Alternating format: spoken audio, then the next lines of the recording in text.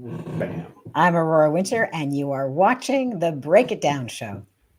Fun to have you back on. Thank you so much for coming back. Oh my gosh, my microphone's way over here. Let me put this thing back on my shirt. Uh, Oh, that sounds a lot we, better, Pete. yeah, now I sound better. You sound better. We all sound better. Yeah, I appreciate you coming on, and it's neat to be able to support folks who are doing incredible things. You know, it's one thing to work in the business world and be like, this is how you business better and all that. And there's a lot of people that do that, and it's all wonderful. And we need those people, but you also are doing something that's even more creative and beyond that. And I thought we might just talk. I want to talk about that because it's comfortable that you write about, and I'm saying this positively for everybody, like businessing betterer than, you know, the standard person, right? And there's like, that is a comfortable industry where you can say, here's how you optimize, here's how you change, here's how, and you do all these, and you can write these books. Peter Drucker wrote like 60 books in his career on management, right? Changed his mind, did all these things. But you've taken this other leap where you're like, I'm going to invent a whole new world and do fiction writing. I mean, you do the other thing too, but now you're doing, that is such a courageous jump to get from a known established world where once you have your name, it's like, hey, I can just talk and write for the rest of my life, right? But you said, too simple. Well, thanks for acknowledging that, Pete. I must be somebody who really loves learning and new challenges. Because yes, the Magic Mystery and the Multiverse, the new series of books, it's fantasy for young adults, and it was a learning curve to go from writing nonfiction to writing fiction. But so much fun. I feel like if we're not learning, we're not growing, we're not alive. So as you've put up on the screen there, people can go to magicmysteryandthemultiverse.com and they can see the books on Kickstarter live right now. So Kickstarter was also something new to learn. But the reason why I wrote Magic Mystery and the Multiverse and the second book that's coming out on Kickstarter now, this is just the proof copy. You can see it's already written. Is the Secret Multiverse Academy is book 2, and there's a third book coming out later this year. Is I just thought, how can I make a difference? What do I care about? And what would leave a lasting legacy, or what would make a difference? And I thought about my own life, and I remembered being 9 years old and reading The Lion, the Witch, and the Wardrobe by C.S. Lewis. And it changed my life. I thought that was just so entrancing and magical to be able to read a book and read a series of books and be transported somewhere else. And the story of The Lion, the Witch, and the Wardrobe is so engaging and entertaining, but hidden beneath it, there are some valuable life lessons that I received as a youth, and only later as an adult, I went, wait a minute, there were some life lessons in that book. Yeah. And so I thought, C.S. Lewis changed my life with the Narnia series, and later he changed it with another book. And I thought, if I could impact youth, that's where the future is. That's where our hope is.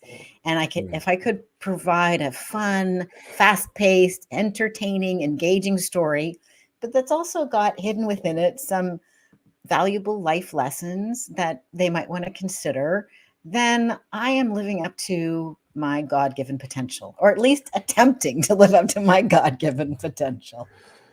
Yeah. There's a lot in all that stuff. You know, when you read The Lion, the Witch, and the Wardrobe, and then you get through the next book and the next book. And I remember the oldest sister's name, but when Peter and the other one, when they age out of the story, and you're like, oh, I want to get to know them some more. And you can, and then you find that you've been tricked.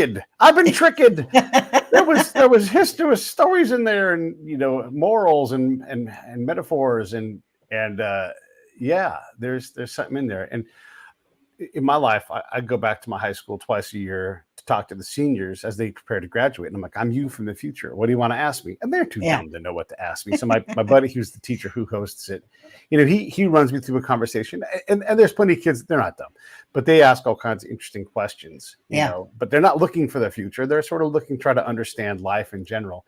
But that's sort of what I think about when I sat in the classroom as a high school kid or middle school kid, and someone came in, especially if they were graduated a couple of years before, they weren't always honest. They would give us like this, like, you know, you got to study real hard. College is hard. And I'm like, you didn't study when you were here 2 years ago.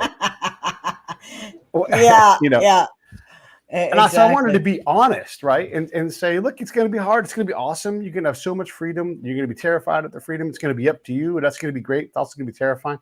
And so you add all these things together. I don't know if it makes a bit of difference, but I offer it. And now it's turned into speaking every now and then in front of like prison audiences sometimes, Oh, you know? wow. So Pete, good for you. You're making a difference. I'm running my yap. Well, I spoke at a library yesterday because we like to Yeah. reach out to youth. But one of the things I really loved about The Lion, the Witch, and the Wardrobe is the protagonist is a girl, Lucy. Right. And I really liked that because obviously I'm a girl and that spoke to me. And I didn't really, when I was 9, it didn't really occur to me. But later as an adult, I'm like, wait a minute. You know, the Hobbit, the Lord of the Rings, Percy Jackson, Harry Potter, it's all male protagonists. So I wanted my books, the Magic Mystery and the Multiverse series of books, to have a spunky female protagonist instead of your typical boy. And then the other Yeah. thing I really liked about The Lion, the Witch, and the Wardrobe is hidden within a very engaging and interesting and compelling story. There are messages about family being the love and loyalty and sparring between siblings. And I thought, well, that is something that's often missing from Right. books. We don't that often see siblings in books. So Harry Potter, that's very classic. You've got the orphan, but I thought, okay, no, I want to shine a light on family and how much family means to me. And even if your sibling drives you absolutely crazy, in the book, the book that I've written, the Magic Mystery and the Multiverse series, the kids are annoyed with each other, but they also love each other. So I thought that is something worthwhile expressing, because I think books can change reality. Fiction can change reality by inspiring people to become more heroic, to become more aligned with, being the hero of their own story. Yeah, that's great. And again, you can put a message in there and have it be a little more palatable instead of like the very rough and blunty, very special episode of Blossom, where Six does some drinking and you're like, what?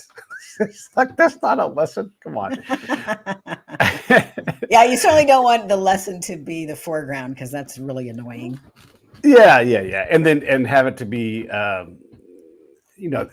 C.S. Lewis was brilliant. There's a lot of religion in that, but if you just enjoy the story, you don't have to have any religion in it. It's just this incredible story that takes you away. And sure, as you get older, you can read and you can go, oh, okay, there's a lot of Jesus and God and religion. Okay, great. But the story just speaks to kids, right? Yeah, they go off into this Story wardrobe. speaks to kids. And I used to think about when I'd go to my grandma's house, I was terrified of that place.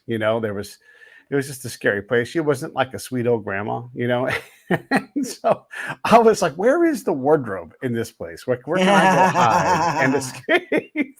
Because I knew it when I was reading the book that I was reading a fantasy. And then I thought, like, there's kids sitting in an actual wardrobe somewhere and they're having like a make-believe session. Like I could reason my way through that, but that's kind of where it stopped. And then they would disappear into this fantasy world. Yeah. And that all made sense to me. But even that, like, that's not in the book. But it's in the book. It's in the lessons of the book of I don't know, these worlds that we conjure up. Yeah, exactly. Well, The Lion, the Witch, and the Wardrobe does have sort of a portal fantasy, and my fantasy series has got, the multiverse, so it's obviously got the portal. I'd say it's a little bit like Harry Potter meets Doctor Who, except with a spunky, feisty female lead who's a young teenager rather than the male leads that we typically see. But the other thing that I liked about The Lion, the Witch, and the Wardrobe is, the Aslan is so cool, but there's a message about forgiveness, because what was the name of the brother who was so bad? Edmund? Was it Edmund? Yeah, the one that couldn't say no to Turkish delight and all those things. That one, yeah. And yet in the book, he is not condemned forever. There is a kind of forgiveness. So I wanted to play with that a little bit and see the loyalty between the kids. And then in the book that's coming out now, the Secret Multiverse Academy, I wanted to explore, being welcoming to all peoples, but I did that through they're different species. So they're elves, they're dwarves, they're trolls, they're vampires. And so got Right. to kind of explore that. But the other thing that matters to me, but hopefully is very subtle in the book, but I think it's an opportunity for parents and teachers and kids and young adults to think about censorship. So the evil Mhm. people in the Magic Mystery and the Multiverse series are censors, basically thought police, and that's how they Yeah. dominate. And so I'm not saying think this or think that, but I'm just inviting people think about this, because I think that is a danger in our society right now, that if you don't agree with the majority, you get canceled. I think that's just so wrong. Yeah, yeah, yeah. And quite often, well, first off, everybody claims George Orwell's on their side, and that's always funny. And you're right. Like when we don't learn to tolerate messages we don't agree with, then we don't learn tolerance at a young age. And it's easy. Like when I was a kid at our church, my dad was involved in like the developmentally disabled crew, and he would play the Yeah, piano and sing songs with them, and that was part of what he did. And that exposure to folks that make you uncomfortable when you're young taught me that, like, hey, these folks are just full of love. yeah, If you want to get hugged too much by people that love the heck out of everybody, you go over there to where he was playing music and singing songs, and and you do, through exposure to something that's uncomfortable when you're young, yeah, you learn, like, oh, these are just people. These are just yeah, people. yeah, And it's not like a one-day lesson. It takes a while, but that's the whole thing, where, like, if there are messages that we don't agree with, they don't have to agree with them, but being able to sit down with someone and have a conversation where we don't agree on everything, that's life. that's That's life. 100% life. And that's learning. And what about being curious instead of being condemning? I mean, Right. if we only accept the majority rule as gospel, so to speak, I mean, so many things used to be common sense, like the earth Mhm. was the center of the universe. That was common sense. And people who disagreed Yeah. with it, like Copernicus and Galileo, were basically sentenced to death for saying, yeah, well, maybe the sun is the center. No, you go down. Yeah. Right. And then it used to be just common sense that there was no point in translating the Bible into English from Latin, because why should the peasants be able to read anyway? And it was Right. really only for the exclusive to read the Bible in Latin. And that excommunicated a few people. And it used to be thought, well, obviously women are subject to their husbands, and they're why should women vote? That's a ridiculous idea. That used to be the Right. common thread. And then it used to be like, well, gay people are obviously doomed. That used to be the common view. So many things that we Yeah. um, take for granted today, 50 years ago, 100 years ago, were things that people would be canceled for. So can we learn from our own human history to be curious instead of so darn sure that we have all the answers? Oh my gosh. Yeah. I know I don't have all the answers. I prove that to myself at every turn, especially when you get some perspective, right? And Yeah. you look back and you're like, oh gosh. So I wanted to go back to this comparison between Lucy and your protagonist. Tell us who your protagonist is. Her name is Anna Zest. Anna. And so you have these female protagonists, and in some sense, this is Lucy, and I'm assuming Anna, exercising their own independence and their own Yeah. ability to not be dominated by one thing. And Yeah. say, hey, I'm here. This wardrobe has this amazing adventure. It's dangerous, it's scary, but it's also wonderful. And so I'm going to go run. The other day, this is a silly thing. The other day, I posted, a friend of mine on X put up a thing like you had to choose your adventure. It was like Kamala Harris and President Trump, right? And Yeah. and I'm like, I choose neither. I choose to live my own life and not be dominated by someone who doesn't know me, doesn't care about me, isn't going to do anything for me. Yeah. I'm going to go Exactly. be the biggest impact in my own life. And I think about Yeah. someone like Lucy, and I'm assuming Anna, that if you can learn, look, you can't be 100% independent, but if you can learn self-reliance, you can learn to withstand some things that are uncomfortable, you can do pretty well if you just continue to stack towards your life, towards not even, you don't have to know where you're going. You just have Yeah. to keep active and going, like challenge yourself. And some days, you take a nap. You don't have to challenge yourself, but Well, Anna is a bit older than Lucy. She's about 13 years old. She's a wannabe actress. She lives in Los Angeles, or at least at the beginning of the story, she lives in Los Angeles. And she is spunky and feisty and confident and optimistic, perhaps a bit to the extreme. And her younger brother, Zachary, is the opposite. It's always fun to have characters who are different. So he's recovering from cancer. So while she's athletic, he's frail. While she's an optimist, he's a pessimist. While she sees the cup as half full, he always sees it as half empty, and how things could go wrong, and she sees how things could go right. So I just love the contrast between those two characters. And it's Anna's enthusiasm that nothing could go wrong that sends them off on this great adventure into the multiverse. But then when she gets there, she, a little bit Wizard of Ozzy, runs into Censor and seemingly kills an evil being, which then immediately sets up a bunch of people wanting to help her because, yay, you eliminated the horrible person who was taking away our ability to speak and have freedom. And then on the other hand, it sets the villains, who are censors or thought police, after her in a big way. And then there's also, is she the chosen one? Is she the one that was predicted to come and save this world, which is called Telesora, from these evil people? And she, of course, thinks, like in the Matrix, she thinks that, oh, couldn't be her. Don't be ridiculous. But there's all kinds of reasons to, well, maybe she is. And of course, things go from bad to worse and force her to really step up her game because her brother gets kidnapped. And can she rescue him? Can she get back to Earth? Can she solve all these problems? And who's on her side and who's out to betray her? So we have a lot of fun with it. Yeah. It is. It sounds like a lot of fun. It is. How much? Awesome. How much design is there in, when you try to layer in a lesson or whatever it is, how much design is that? And how does that compete with the story? The story is always first in my view, but I think about what is it that I'd really like to say at the very beginning. And then I put that into the characters. So I wanted to say something about free speech because I started writing these books in 2020.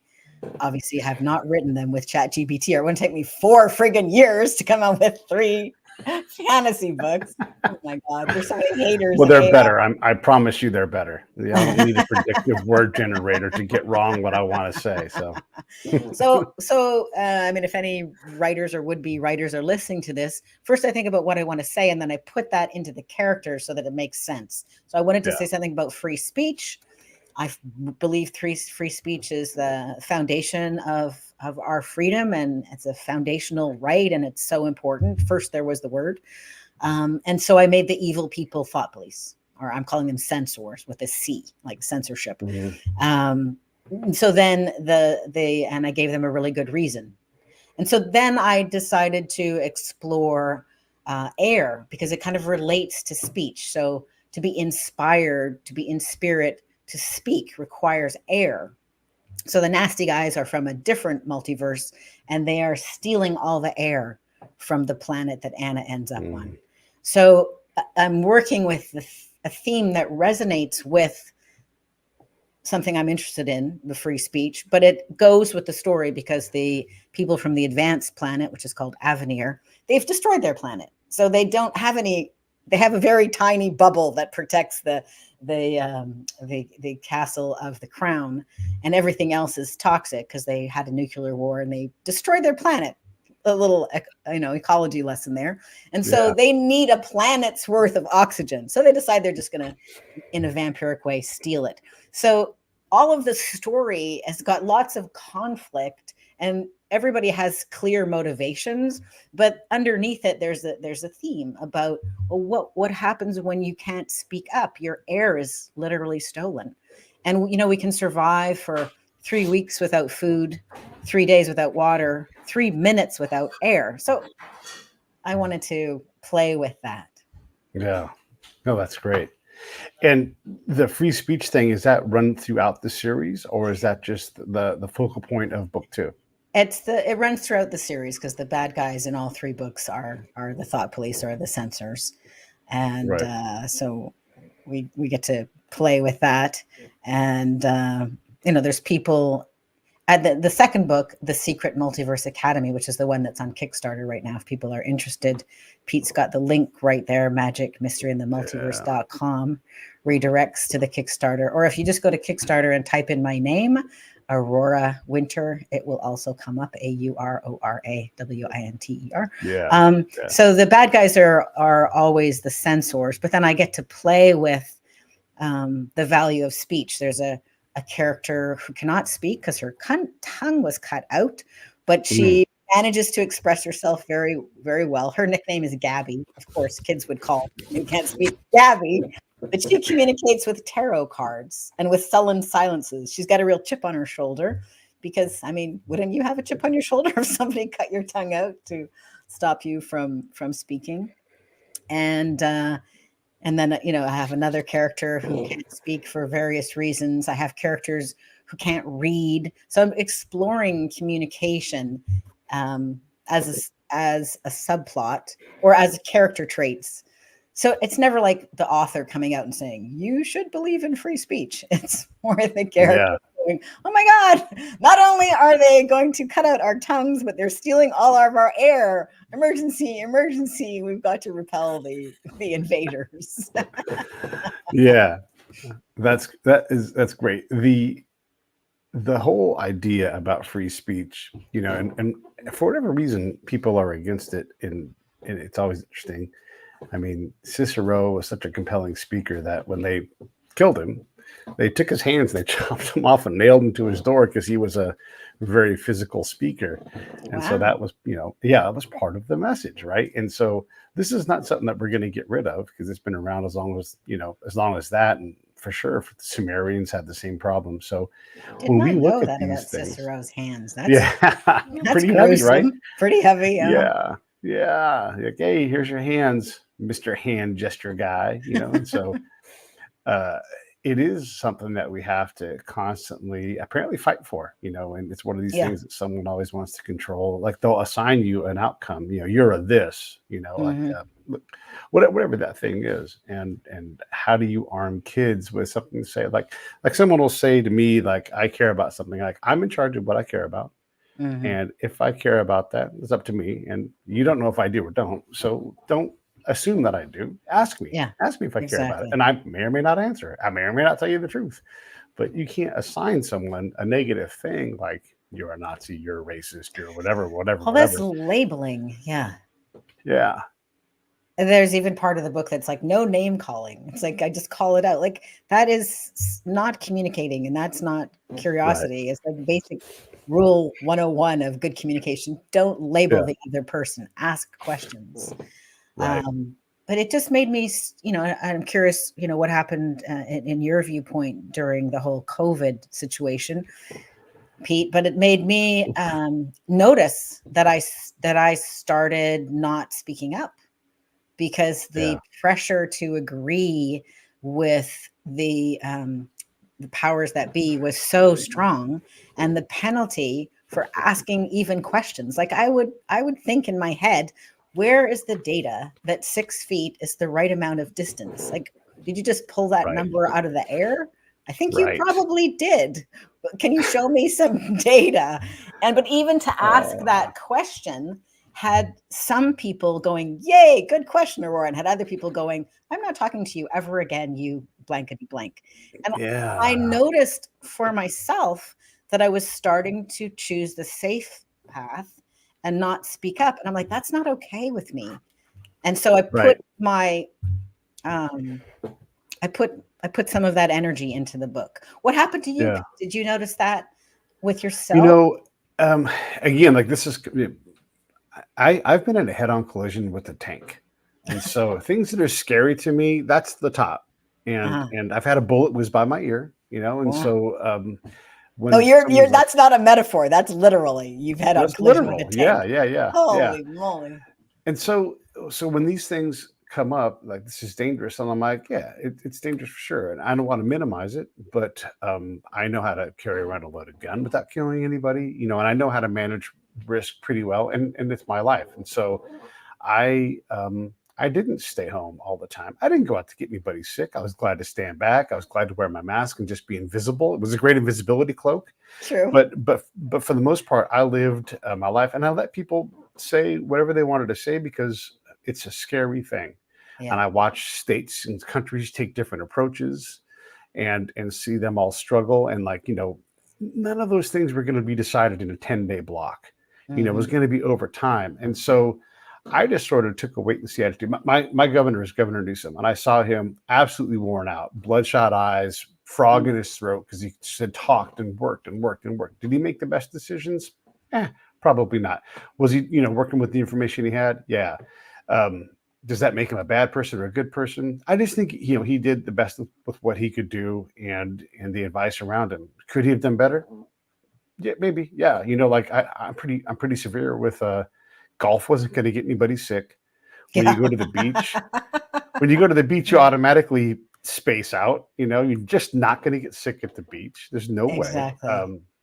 And so a lot of it was silly to me. And then when they said that you had to have a vaccination or you would lose your job, and I'm like, whoa, whoa, Yeah. whoa, we've crossed into a different territory now. You don't get to decide what's good for my health. Yeah. That's my doctor's job. And if my doctor's like, hey, we don't know enough about this thing, don't get it, Yeah. or you specifically cannot get this, then that's not the government's job to decide those things. And so a lot of people took that opportunity to really step on. The governor of Michigan did things to attack farming and gardening and churches and all these different things that happened. That willingness to stomp on people's behavior Yeah. said to me that, like, hey, I'm not going to comply with those things. I don't need to go to a bar, but in California, if you had a TV on at your bar, like, that was illegal. Yeah. That's silly. So I don't know. What I was disappointed in us overall with how we all behaved. I did a show with some kids from my school. Some of the parents reached out to me and they said, hey, the kids are having returning to school decided for them. And they don't have a seat at the table. And I'm like, well, I definitely don't like that, because Right. that's a time for kids. Not every kid. And so we did from kindergarten all the way to seniors a spread of kids and let them kind of talk about what they wanted to do and why they wanted to do it and how they would behave. And you have unions and you have superintendents of schools. You have all these other voices, but where's the damn kids not at the table? Yeah. Yeah. And so those are the kind of things that I thought about. But I drove across the nation. I encountered thousands of people. Again, I did it as safely as possible. I did it in areas. It was this time of year. And so Yeah. it's 110 outside. There's no virus that's going to jump to me from 10 feet away in 110. Like, it's just not going to happen. And so, but I did get to go through Texas and all these other places and see how they all lived differently. Yeah. And it was really eye-opening, because then you look at the numbers and you're like, for the most part, largely the same outcomes. Like, you couldn't say, oh, this one got it right and this one got it wrong. It was like all within a band of normal. And so, yeah, that's a long answer, but that's sort of my impression of giving people the opportunity to stomp on people. They stomped on a lot of people and then turned their backs when it suited their alignment politically or emotionally, and they attacked the things they didn't like. And in every direction, everybody did this. So, yeah, no, it was disappointing to watch how people were so ready to point a finger and assign you the thing and of, attack or even cancel yeah, people. Well, like yeah, Lord Acton said, power corrupts and absolute power tends to corrupt. Absolutely. So absolutely, yeah, it's not about COVID or any particular thing, but I'm a right, stand for curiosity yeah, and being allowed to ask questions sure, rather than being bullied into having to accept the party line. Just like, yeah, you know, it used to be common sense that the Earth was the center of the galaxy. And then yeah, it was proven like that's just wrong. yeah, yeah. What, we have to learn from that and just be curious and ask questions rather than basically crucifying people who have different opinions. And then scope back and you realize, like, we're not even like anywhere near the biggest part of our own galaxy. Like, we're just not even an undistinguished blip Yeah, of light in like exactly. You don't Exactly. even matter, you know? So, That's why I uh, wanted to explore the multiverse, because it gives the opportunity yeah, to explore all different universes and worlds and customs and possibilities, like just like yeah, a little bit like Doctor Who. So I'm really excited about, presenting that opportunity in a fantastic and fun fantasy world for yeah, people to enjoy and be entertained by. So if this sounds like something that is of interest to the listeners, I'd love them to check out the Kickstarter. Go to Kickstarter and just search my name, Aurora Winter, or check out what Pete's got on the screen there. If you go yeah. to magicmysteryandthemultiverse.com, it will redirect you. And what's really fun about Kickstarter is I'm offering special edition hardcover books. You can get Nice. signed hardcovers, collector's editions, and it's a really fun way. You can just get one book, or you can get the first two books in the series, hardcover, softcover. Yeah, You want to buy, if we've got a teacher's pick there, or the family fun pick, so you can get books for a couple of people. And there's even a chance to like name a character or be acknowledged in the dedication or be acknowledged at the end of the book in the acknowledgments. That's what's really fun about Kickstarter. Kickstarter is done like before a book comes out. So yeah, everybody who backs the Kickstarter has the opportunity at a certain tier to be in the on the dedication page if they're getting one of the collector's edition books, or as long as we reach the next stretch goal, which we're just a couple $100 shy. So go and support the Kickstarter and we'll get the next stretch goal. Then yeah. everybody will have their name in the back of the book in the acknowledgments. And this is not just in the special edition Kickstarter version, but from now on, the book will have that. So it's kind of fun Yeah. for people to be able to go, hey, I supported this book, and have see their name on the dedication page. That's kind of cool.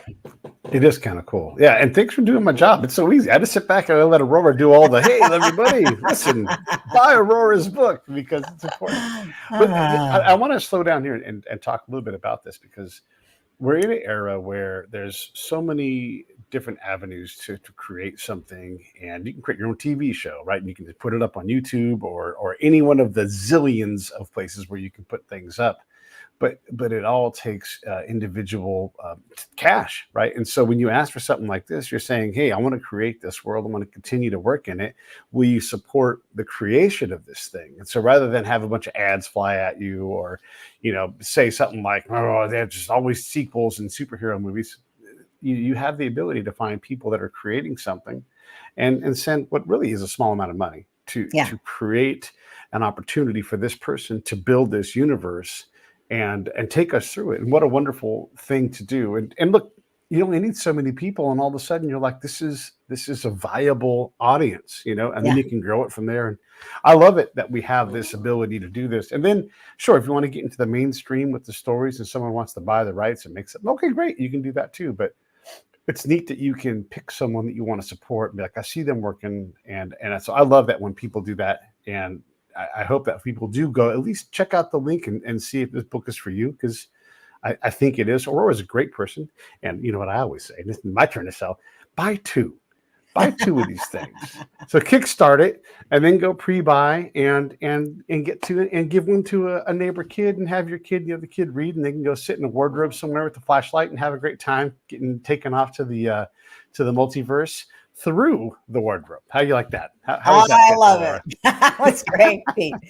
Well, I can't imagine a greater gift to give somebody than the gift of loving reading. Loving reading has changed my life. First, it took me to wonderful places like with The Lion, the Witch, and the Wardrobe, and other fun books like Howl's Moving Castle or The Hobbit.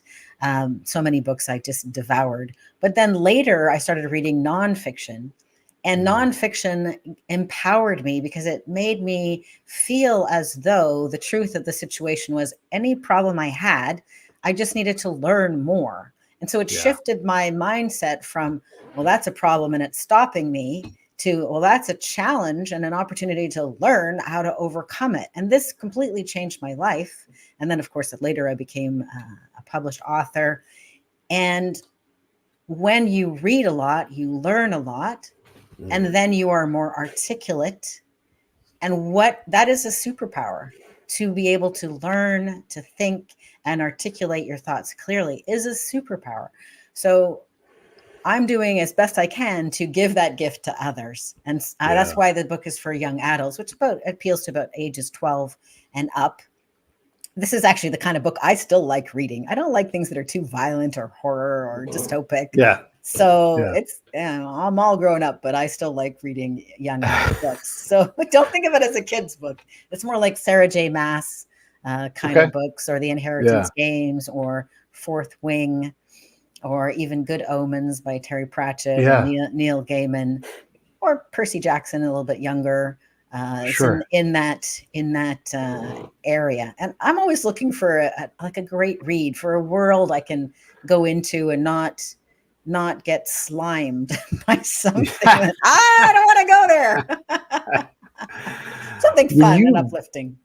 When you sit down and you're reading, is that a dedicated chunk of your day? How do you navigate that process? Because I know for me, I've forced myself to learn how to, and it's hard for me to, my PTSD creates a lot of problems for me reading. And so I sort of treat it as a therapy session as well. Like, can I focus on reading, and then I extend the time. And so for me, it's, and I still haven't figured it all out. Like, I used to be able to sit down, boom, flip, and go through books, but I don't have that skill right now. Maybe that's because of my stupid phone. Maybe it's because of PTSD, whatever.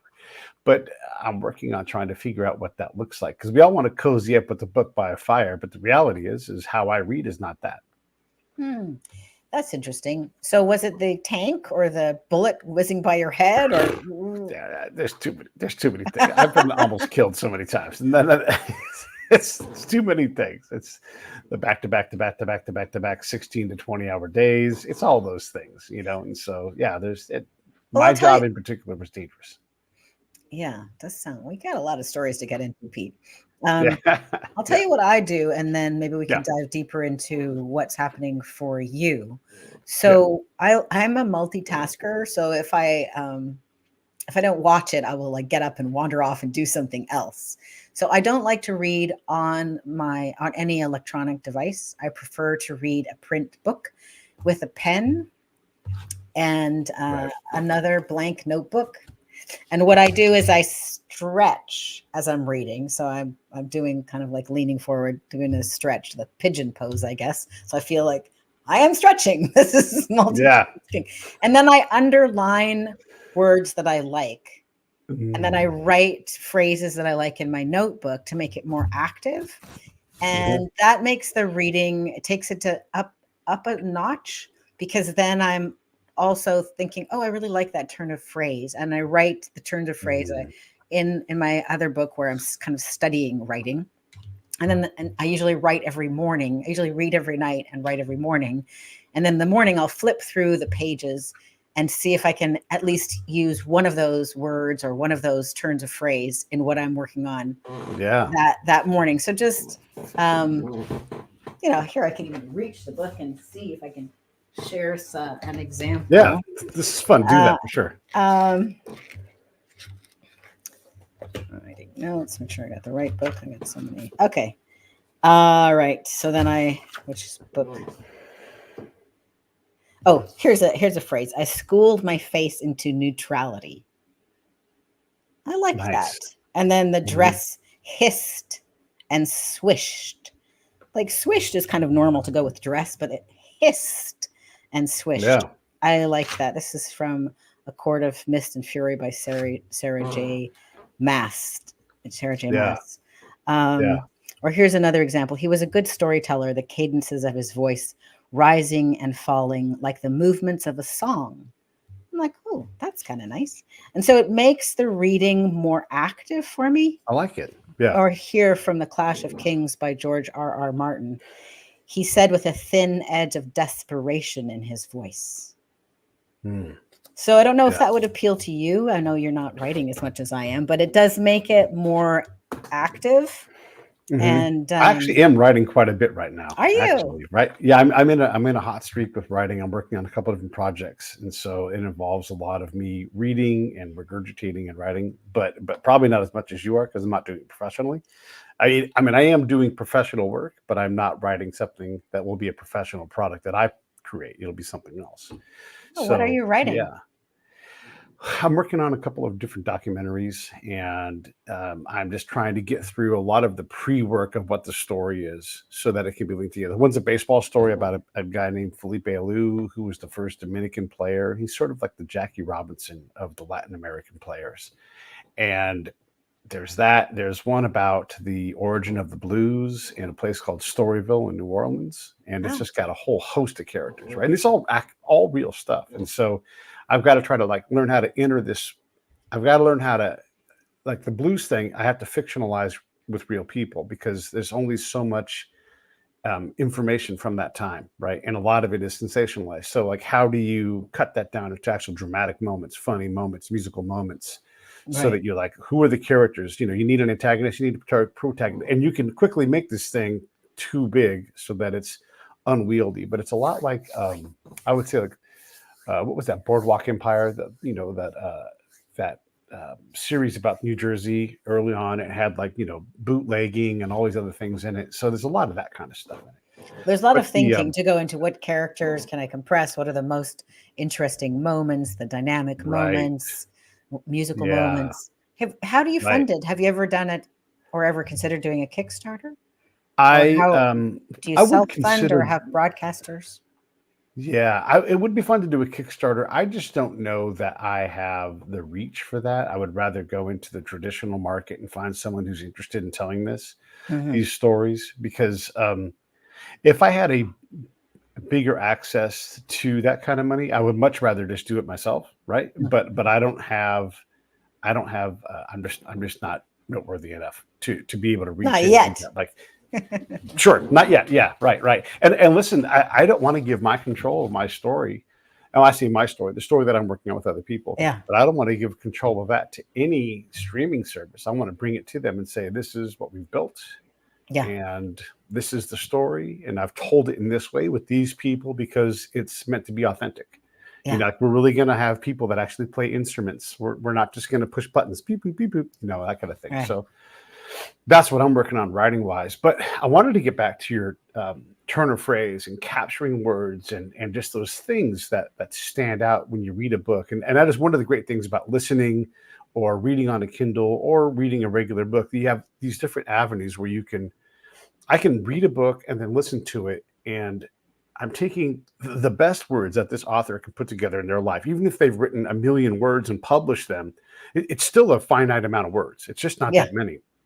And they're putting their best effort into every one of those words. And then someone went through and edited it and made it even better. And so you're really getting the best things. And so I don't mind pushing through a book 2, 3, 4 times. And that might take me 20 years to get through that, back to that book. But my perspective has changed so much that I'm like, oh my gosh, I forgot that this was in this, and this informed me for the last 20 years. And I read this and, like, oh, this has a whole new meaning to me now, right? And so Yeah. all of these things. And then the final thing I'll say, and then I'll shut up, is I love to turn the turn of phrase. So, like, what's good for the goose is good for the gander.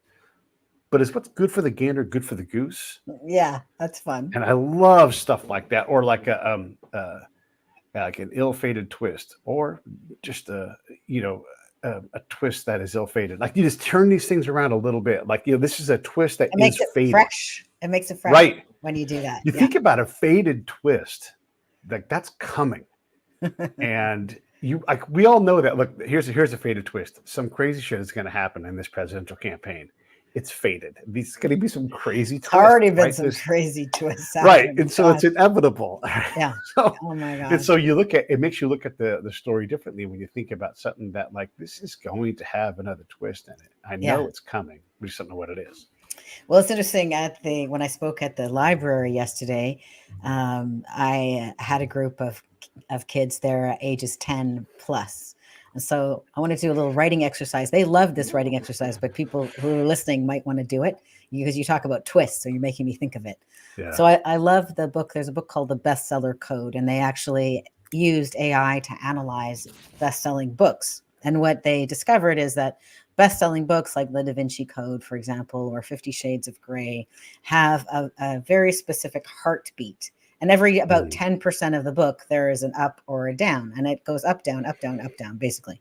So if it was, say, 100,000 word book, just to make it easy, every Right. 10,000 words, there would be a shift. So I Yeah. told the kids the fable that I'm sure you've heard to get them in the right space, and then I invited them to see if how many times they could do a twist in the story. So I told them the little story about the Chinese farmer that you've heard, but just to drive the point home, so people might want to do this twist exercise at home, so they can start writing their best-selling book. And it's the story of a farmer and his son, and they're living near some barbarian open land. But they have a little farm and they have one horse, and that's a great deal of their wealth because the horse is essential for pulling the plow and getting to Yeah. town. Anyway, one day the stallion runs off and they've lost the horse. And then the neighbors come by and they tell the father, "Oh, that's terrible. That's awful." And he's like, "Well, maybe so and maybe not." And a couple of days later, the stallion comes back with 6 mares. So now they've gone from 0 horse to 7 horses. They got their stallion back and a bunch of wild horses. And the neighbors come by and they tell the father, "Oh, this is fantastic. Wow, what riches you have. This is such great news." And he's like, "Maybe so, maybe not."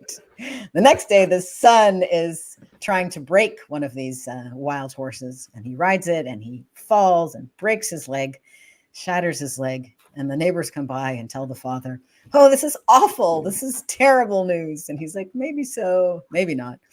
And then the next day, the army come and they conscript all the able-bodied young men to go fight in a hopeless war.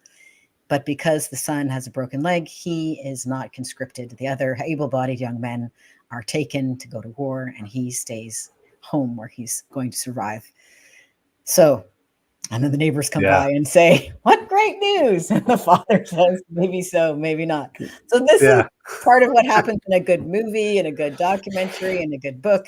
You keep flipping the story, and yet it all makes sense, right? The story makes sense. Yeah. And yet editing is about where do you stop the story, right? But can you think of another way to flip it? So that's one of the things I really have fun doing with my stories, is making them entertaining and engaging, but surprising with twists. Yeah, no, that's great. And that exercise in turning twists, into twists, that twist off those twists, and that whole thing in writing, I think it's a great exercise just in general. Trying to put words into an order that makes you proud is just a good exercise. And even if it's, like the whole thing, I always think like just the Hemingway thing, start with one true statement. And that sounds easy until you look at a blank page and go, what's the true statement I can start with right now? And it's got to be like, to me, it's got to be crystal clear truth, And so it doesn't give me writer's block, but it gives me the ability to really consider, like, what is the first thing I need to say about this thing that I'm going to write? And I will spend a good deal of time making sure that truth is as pure as I can make it and as short as I can make it. And then from there, we've already brainstormed a whole lot about this thing, and I'm off and running, and I'm easily 500 words in. And look, I'm not editing. This is just like almost like free writing, but I've thought about that first truth and that first sentence, and I've built it, and it gives me a lot of energy for what I'm writing. And if it doesn't work, then I stop, and then I reassess and I read, and next thing you know, I'm still writing. Oh, that's interesting. That might give people writer's block, but it works for you. Do you have an example? Do you have an example of a? What was the last one I did? Well, so one of I like to write about baseball quite a lot, and so I was looking at some old newspaper articles from a time, and I'm like, okay, I'm going to write about this era. What is the first thing that I want to say about this? And in the baseball world, there's people that will want to put a modern player into a time machine and send them back in time. And so they'll say, Aaron Judge. Aaron Judge is the ball bashingest New York Yankee. He's great. He's like just a Hall of Fame player coming. Like, all he's got to do is keep going, and he'll be one of the historic players. And so they want to put him like back with Babe Ruth. And so what I always say is, like, first off, it's not possible. You play the players that are in front of you. But second, like, if you go back to 1895 and you say, hey, I'm going to start my life right now, it's 1 in 4 kids die before they're 18. And that's the truth right there. So in 1895, 1 in 4 children die before they reach the age of 18. Wow. Just crystal clear, right? So you're going to put someone into a machine and send them back in time, and you've already got a 25% chance that they're going to die, you know? Yeah, when we get nostalgic for the olden days, we forget all of these horrible statistics. Yeah. And 25% of women died in childbirth. Like Yeah. it was no mean feat to have a healthy child and have the mother survive. So Yeah. those big brains. But what it's interesting that you challenge yourself to come up with the truth to start, and I really love that. How I And I help. had to back into that for you to explain it. Like, here's the Yeah. truth of what it is and why it's going to be important when I write these next 1,500 to 2,000 words. Yeah. You know? So when I'm not working on fantasy books like Magic, Mystery, and the Multiverse, I'm helping other people create their own books. I have a company called Same Page Publishing, and we are devoted to creating best-selling, award-winning books that make a difference. And how I help people do that is most people can talk. Like you can talk up a storm, Pete. Right. But most people can talk about their area of passion and expertise easily 8,000 words an hour. But most people cannot write 8,000 words in a week, let alone in an hour. So I use the spoken author method, which I explained in a different book of mine called Turn Words into Wealth, which is this book here, to help people create books. So that's, a different life from the fantasy book that's on Kickstarter. Right. But if people are facing the blank page, I invite them to either start with the truth, like you suggested, or see if they can challenge themselves to come up with a bunch of twists that may give you a bit of a plot idea for your fiction or for your nonfiction, or record yourself on video or audio. A lot of people can get going that way and not have to face that blank page. Or if you want help, if you're already an expert or an entrepreneur and wanting to launch to the next level as a thought leader, you can come on over to samepagepublishing.com and grab the Thought Leader Launch. Oh, that's so kind. You're so organized, Pete. You can go to samepagepublishing.com and you can get a Thought Leader Launch starter library for free. And if that appeals to you, you can sign up for a business breakthrough call, and my team and I will help you create your book, which can be kind of fun. But my main focus on our call today is about the Kickstarter. Right. Yeah. So let me put these links up here and let's go through this one more time. So you can always go to right here to, I got to make sure I read it right, Magic, Mystery, and the Multiverse.com. That's where the Kickstarter is. That's where the information about the book series is. You can go there and go bananas and support Aurora's work. If you want to look at the self-publishing thing, you can go here and you can just go to that link right there, Same Page Publishing. By the way, all of this stuff is available at AuroraWinter.com. Just a whole bunch of tabs because she's a busy lady. And if you're like, Pete, just shut up and let me buy the dang books, there you go, right there. That's the Amazon link. You just go there and buy. Book 1 is out. Book 2 comes out in September, which is amazingly like 6 weeks away. So, gosh, I know. I mean, the middle of September is coming. Exactly. It's coming really fast. It's amazing. And it's neat to be able to do these things. And I really appreciate you for sitting down with me and taking the time to have these conversations, because it's inspiring to me too. Like it's not the next thing on my list of things to do because I've got something else immediately after this like you do. But I want to go and I want to go sit down and write a bunch of stuff. I've got this. I've got another. I normally write nonfiction when I write about baseball, but I want to take this time machine story and like put a person in a time machine, excuse me, and have them show up. And I don't want to spoil the story, but just do like a novella. I mean, that would be a cool story. Published. Yeah. That'd be a cool story. Guess what? Nothing goes the way we want it to go. He's not out there like bashing home runs. Well, I always love connecting with you, Pete. You're fun and you've got such interesting stories. And I look forward to connecting again another time and maybe reading your baseball story or hopefully seeing your film. That would be really great. Well, boy, let's hope. I mention that BBC has expressed interest in turning this into a fantasy series? Perfect. So I was going to ask about really the rights cool. To their interest. Yeah, I met with them last month, and so they're interested in doing 10 episodes. So we shall see. Maybe we'll have a series to share on our next podcast. Well, if I can help at all with that, let me know. I would love to be involved and support you in any way possible, because that is exciting to me to see something like that happen. So everybody get on board with Aurora and support her. Go to all the different resources. Just when in doubt, Aurora Winter, type that in. You will find her. She's all laid out right there on the internet, so you can grab whatever you want, and it's all well tabbed, and so you can get to the books, the nonfiction, whatever it is. And definitely look at this lady and how great she's with stories. Hire her to come out and talk at your library and talk to kids and everything. What else do you want to say before we wrap this thing up? Just thank you, Pete. That was really fun. I hope people go to the Kickstarter and just put my name in there, Aurora Winter, and check it out. Hopefully inspiring kids, inspiring youth, and with an entertaining and engaging story. That's my mission. And this was really fun to connect with you. So I'm coming to LA in September, so we should get together. Let's do that for sure. Let's for sure 100% do that. Okay, stay with me. I'll be right back to you. Bye-bye, everybody else. Hey, thanks for watching the show. I really appreciate it. Right here, you can subscribe. Please do that. It makes the show grow. Hit that notification bell so you know which incredible guest is coming up next. Down below is the PayPal link. You can put a small subscription in. That is an enormous help. All that money goes right back into the show. And then right up over here are the next episodes you should listen to, curated by yours truly. Thank you so much.